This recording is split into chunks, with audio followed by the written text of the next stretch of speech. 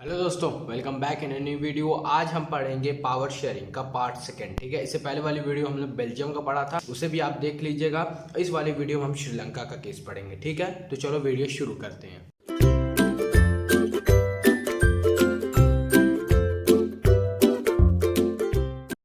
इस वाली वीडियो में हम ये जानेंगे कि श्रीलंका में क्या प्रॉब्लम थी। ठीक, वहाँ पे भी देखिए बेल्जियम वाली प्रॉब्लम थी। वहाँ पे क्या था, बेल्जियम में भी कि मेजॉरिटी किसकी थी, डच स्पीकर्स की, और यहाँ पे मेजॉरिटी किसकी थी, सिन्हाला स्पीकर्स की थी। भी श्रीलंका में भी लैंग्वेज के बेस पे क्या था, जो देश था वो बटा हुआ था।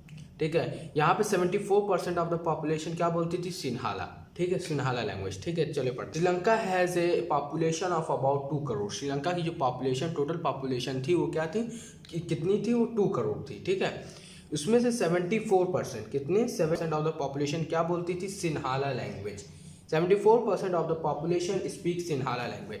ठीक है, वो जो मेजॉरिटी कम्युनिटी थी वो क्या बोलती थी, सिन्हाला लैंग्वेज बोलती थी। और 18% ऑफ द पॉपुलेशन, 18% पॉपुलेशन क्या बोलती थी, तमिल लैंग्वेज। क्या बोलती थी, तमिल लैंग्वेज बोलती थी। उस तमिल लैंग्वेज में भी दो ग्रुप थे, एक ग्रुप था श्रीलंकन तमिल्स और एक ग्रुप था इंडियन तमिल। अब देखिए श्रीलंकन तमिल्स और इंडियन तमिल्स कौन थे, श्रीलंका में जो लोग पहले से वहीं के नेटिव पीपल थे। ठीक है, लेकिन वो क्या बोलते थे, तमिल बोलते थे, तो उसे वहाँ क्या क्या कहा जाता है, उन्हें श्रीलंकन तमिल। इंडियन तमिल देखिए किसको कहा जाता है, जो वहाँ पे श्रीलंका में गए ब्रिटिश रूल में और वहीं रहने लगे। ठीक है, और वो क्या बोलते थे, तमिल लैंग्वेज, तो उन्हें क्या कहते थे, इंडियन तमिल।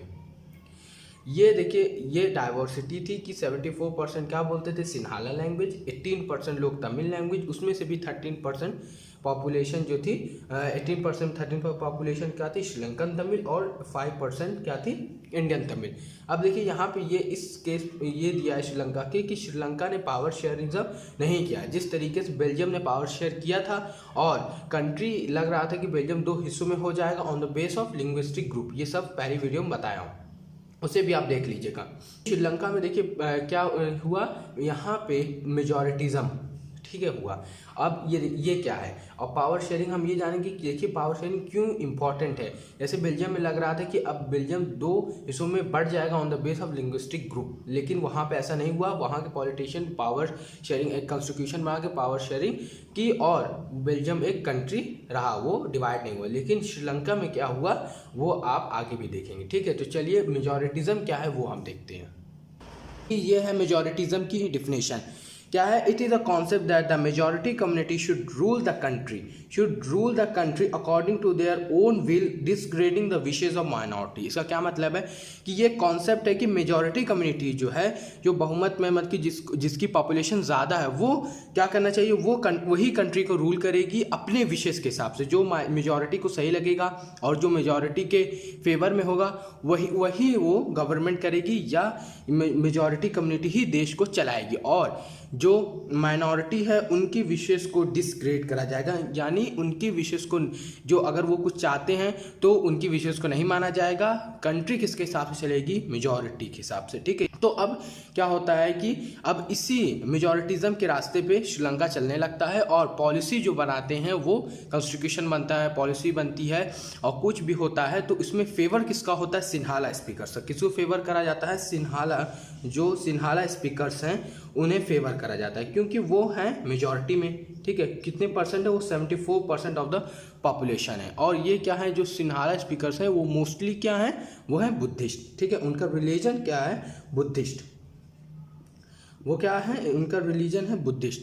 तो अब यहाँ पर जो बनता है कॉन्स्टिट्यूशन, अब देखते हैं कि के राह पे अब सबसे पहले श्रीलंका में क्या काम होता है कि सिन्हाला जो लैंग्वेज रहती है उससे as a official language recognise कर लिया जाता है। देखिए क्या है, वो है कि एन एक्ट वॉज पास्ड, एक एक्ट पास होता है, किसका पास होता है, 1956 में। ठीक है, इसमें क्या रहता है, इन विच जो सिन्हाला लैंग्वेज है, सिन्हाला लैंग्वेज रिकॉग्नाइज्ड एज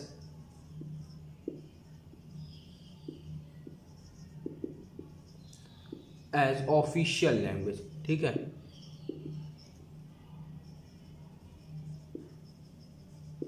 जो सिन्हाला लैंग्वेज है उसे as a official language recognise कर लिया जाता है कि, लेकिन तमिल लैंग्वेज देखिए वो भी तो 18% ऑफ द पॉपुलेशन है, वो भी एक बड़ी पॉपुलेशन है, लेकिन उन्हें डिस्क्रेड कर दिया जाता है। तमिल को कोई भी क्या कहते हैं ऑफिशियल लैंग्वेज या साथ में तमिल को भी रखा नहीं जाता, सिर्फ और सिर्फ सिन्हाला लैंग्वेज को क्या करा जाता है as a official language recognise कर लिया जाता है। देखिए इंडिया में क्या है, इंडिया में देखिए 42 या 40% ऐसे हिंदी क्या कहते हैं पॉपुलेशन है, मतलब हिंदी बोलती है, लेकिन देखिए इंडिया में भी लैंग्वेज को as a national language constitution में नहीं है, ठीक है। तो यही यहाँ पे श्रीलंका ये गलती कर देता है कि सिन्हाला लैंग्वेज को एक ऑफिशियल लैंग्वेज बना देता है और एक यूनिटरी, एक सुप्रीमेसी सिन्हाला लैंग्वेज की हर जगह धीरे धीरे वर्क करने लगती है। फिर क्या होता है कि जो गवर्नमेंट रहती है वो प्रीफर करने लगती है किसको, सिन्हाला लैंग्वेज को। अब क्या होता है, आप यूनिवर्सिटी में पोजीशन चाहिए, अगर आप सिन्हाला स्पीकर्स हैं तो आपको मिल सकती है, आप as a teacher as a student college में मिल सकती है, लेकिन आप एक तमिल वो हैं तो आपको अगर सिन्हाला को लेनी है तो आपको नहीं मिलेगी, पहले सिन्हाला स्पीकर्स हैं उन्हें मिलेगी, फिर आपको अगर जगह बाकी है तो मिलेगी, ऐसा कुछ था, ठीक है। एक उनके ऊपर इक्वालिटी नहीं थी। तो गवर्नमेंट क्या करती है, गवर्नमेंट जो होती है वो प्रीफर करती है किसे, वो प्रीफर करती है सिन्हाला स्पीकर्स को, ठीक है, सिन्हाला स्पीकर्स को किसमें, to get admission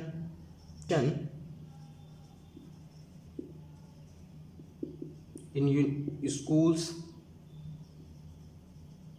school colleges, ठीक है। अगर आपको वो लेना है, एडमिशन लेना है जो स्कूल कॉलेजेस में, तो कौन प्रीफर किसे करा जाता है, गवर्नमेंट जॉब में, गवर्नमेंट जॉब में किसको प्रीफर किया जाता है, गवर्नमेंट जॉब में सिन्हाला स्पीकर्स को प्रीफर करा जाता है। तो यहाँ पे देखिए इनइक्वालिटी यहाँ पे ये हो जाता है। अब क्या होता है कि जो तमिल स्पीकर्स हैं अब वो प्रोटेस्ट शुरू कर देते हैं और अपना स्ट्रगल शुरू कर देते हैं किसके खिलाफ, ये सिन्हाला सुप्रीमेसी की। तो अब क्या होता है, हाँ एक पॉइंट और है कि एक न्यू कॉन्स्टिट्यूशन बनता है जिसमें क्या होता है कि जिसमें कहा जाता है कि अब जो स्टेट है वो बुद्धिज्म को, मतलब कि जो सिन्हाला स्पीकर्स थे वो ज़्यादातर बुद्धिस्ट थे, अब उन्हें क्या करेगा, गाइड करेगा। और इसमें पॉइंट है the new constitution stipulated that the state shall be protected and promote the Buddhist religion, ठीक है, बुद्धिस्ट रिलीजन को प्रमोट और प्रोटेक्ट करेगा स्टेट, ठीक है। तो स्टेट को एक सेकुलर रहना चाहिए, लेकिन यहाँ पे एक तरफा सिन्हाला स्पीकर्स जो ज़्यादातर मेजॉरिटी में थे उन्हीं की तरफ से गवर्नमेंट चलती है। तो ये हो जाता है। अब ये क्या करते हैं, जो तमिल स्पीकर्स रहते हैं वो अब सिन्हाला स्पीकर्स खिलाफ, ये जो उनके साथ इनजस्टिस होता है उसके खिलाफ पार्टी मूवमेंट शुरू करते हैं। जैसे उनकी एक पार्टी थी LTTE, वो पार्टी शुरू करते हैं। जो स्पीकर्स रहते हैं वो क्या करते हैं, ये इनजस्टिस खिलाफ फिर वो स्ट्रगल शुरू कर देते हैं। वो क्या कहते हैं कि हमें एक तमिल एलम दे दो। अब देखिए तमिल एलम मतलब क्या होता है, स्टेट, इसका मतलब होता है क्या, स्टेट, एक सेपरेट स्टेट, वहाँ पे इसको इलम कहते हैं, ठीक है।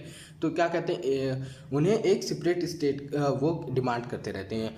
और जो तमिल वो हैं स्पीकर्स वो ज़्यादातर किधर रहते हैं, नॉर्थ ऑफ द श्रीलंका में, या और कुछ कोलंबो की तरफ रहते हैं, जैसे आप मैप में देख रहे हैं। तो कहते हैं कि ये हमें वो दे दो, ये हमारा अलग स्टेट बना दो, और नहीं तो फिर तमिल को एज अ ऑफिशियल लैंग्वेज भी उसमें ऐड करो और इक्वालिटी वो करो, लेकिन ऐसा कुछ भी नहीं होता है। और फिर क्या होता है कि फिर कंट्री में हर चीज़ इनकी रिफ्यूज़ कर दी जाती है, और फिर कंट्री में क्या होता है, सिविल वॉर। क्या होती है, सिविल वॉर। कंट्री में क्या होती है, सिविल वॉर। अब सिविल वॉर क्या होती है समझ लीजिए, सिविल वॉर का मतलब समझ लीजिए a war with in a country, मतलब कंट्री के दो ग्रुप के बीच में ही ऐसी लड़ाई या ऐसा कह लीजिए आप दंगा या जो भी, कि उसे आप एज अ वॉर आप ले सकते हैं। इतनी हाई लेवल पे लड़ाई होती है, तो सिविल वॉर होती है जिससे पूरी इकोनॉमी और उनकी पूरा श्रीलंका के बहुत सारे लोग मारे जाते हैं और बहुत सारे लोग को श्रीलंका छोड़ना पड़ता है, और बहुत सारे लोगों की जो फैमिली है वो डिस्ट्रॉय हो जाती है। तो हमें ये देखिए, हम पिछली वीडियो में हम लोग बेल्जियम का पढ़े थे कि उसमें क्या होता है, पावर शेयरिंग कर लेते हैं। देखेंगे बेल्जियम को एक एज ए डेवलप्ड कंट्री, ठीक है, वहाँ पे नाटो जो है उसका हेडक्वार्टर है, वहाँ पे यूरोपीय यूनियन का हेडक्वार्टर है। लेकिन श्रीलंका में क्या होता है, पावर शेयर नहीं होता है। ये क्या होता है, पावर शेयर नहीं होता है, जिसकी वजह से दो कम्युनिटी में मिसअंडरस्टैंडिंग यहाँ तक बढ़ जाती है कि क्या हो जाती है, सिविल वॉर, जिसके वजह से पूरी कंट्री तबाह हो जाती है। अब ये आया सिविल वॉर, देखिए एंड हुई थी श्रीलंका में 2009 में, ठीक है, 2009 में क्या हुई थी, एंड हुई थी सिविल वॉर। तो इस तरीके से हमें ये देखो दोनों एग्जांपल इसलिए दिया गया है बेल्जियम का और श्रीलंका का, कि हम जान सकें कि पावर शेयरिंग कितना इम्पोर्टेंट है, ठीक है। पावर शेयरिंग बहुत कोशिश करेगी, पावर शेयरिंग कितना इम्पोर्टेंट है एक कंट्री को यूनाइट रखने में, ठीक है। अगर आप मेजॉरिटिज्म के पॉलिसी पे काम करेंगे तो कंट्री में अमन जो रहता है वो कंट्री में पीस नहीं रह सकता, ठीक है, बहुत ही मुश्किल है, क्योंकि सब कम्युनिटी को इक्वालिटी चाहिए। तो ये था 5 सेकेंड। इसकी भी पीडीएफ, इसके क्वेश्चन, इंपॉर्टेंट क्वेश्चन की पीडीएफ लिंक उसकी जैसे पिछली बार की थी वैसे इस बार भी है, आप इसे सॉल्व ज़रूर करिएगा। और नेक्स्ट वीडियो बहुत जल्दी आएगी और हम उस वीडियो में पावर शेयरिंग कंप्लीट करेंगे, फिर आगे भी साइंस का चैप्टर हम पढ़ाएंगे, ठीक है। तो तब तक के लिए चैनल को सब्सक्राइब कर दीजिएगा, वीडियो को लाइक कर दीजिएगा। Thank you.